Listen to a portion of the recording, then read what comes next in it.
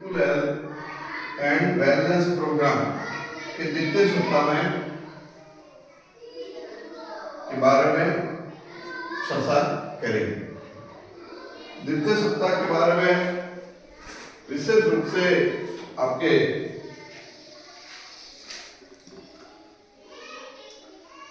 Theme है स्वास्थ्य का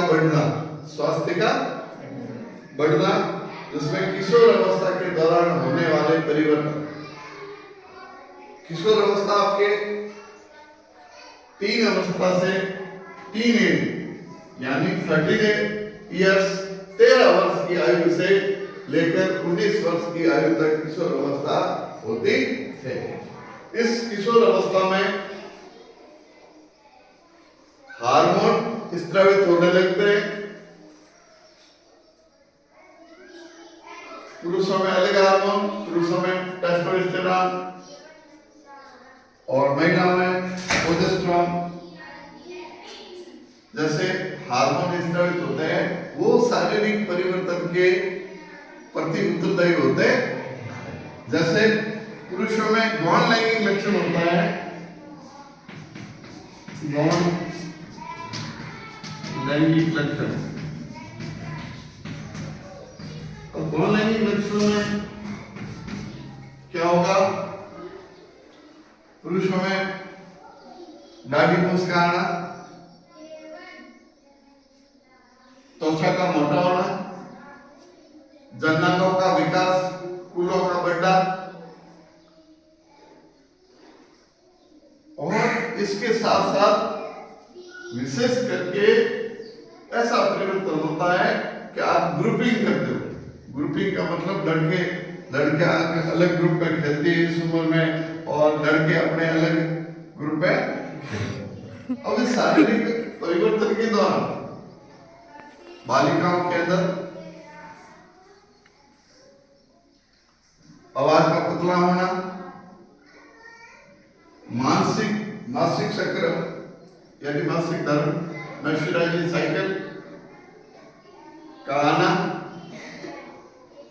इस दौरान जो पहली बार मासिक धर्म आता है, वो बच्चा घबरा जाते हैं कि मेरा शरीर में ब्लड का क्यों आया, कैसे आया, उसको इतना नॉलेज या ज्ञान नहीं होता।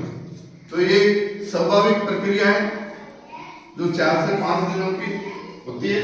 उस दौरान बालिकाओं को सैनिटरी नैपकिन की आवश्यकता और अपने जननांगों को साफ सफाई की विशेष जरूरत होती है। कुछ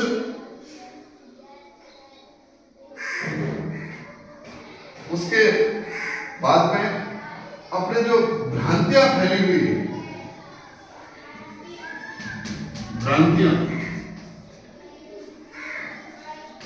समाज के अंदर भ्रांतियां फैली हुई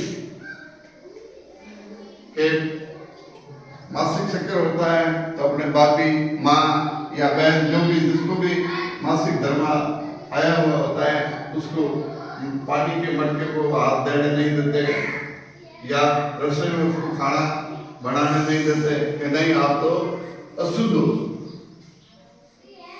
तो ये एक भ्रांति है, ऐसा कुछ भी नहीं है। मासिक धर्म स्वाभाविक प्रक्रिया है, लेकिन उसमें साफ सफाई रखना बहुत जरूरी है। और उस साफ सफाई के दौरान बाकी इस प्रकार का कोई भी कुछ भी नहीं है कि रसोई में जाके लोटे के हाथ नहीं देना, या पानी की टंकी पे जाके पानी नहीं भरना, टांकी के जाके पानी नहीं भरना, या किसी दूसरों के हाथ नहीं देना। ये सब भ्रांतियां है। इस भ्रांति से हमें दूर रखना चाहिए। तो आपके परिवार में भी किसी बहन, बेटी, माँ या बहू किसी के साथ ये मासिक धर्म होता है, तो ऐसा व्यवहार नहीं करें। उनके साथ प्रेम पूर्वक व्यवहार करें कि नहीं भाभी आपको वहां नहीं, रसोई में नहीं जाना, वहां नहीं जाना, ऐसा व्यवहार नहीं करें। इस व्यवहार से